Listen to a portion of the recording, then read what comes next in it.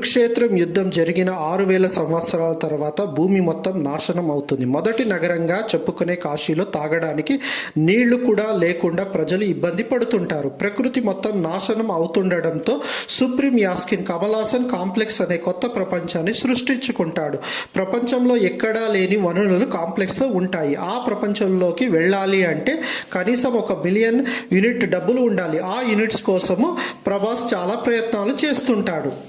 Prabhas alias Bhairava, ఈయనకు ఒక artificial intelligence machine ఉంటుంది. దాని పేరు వచ్చేసి బుజ్జి.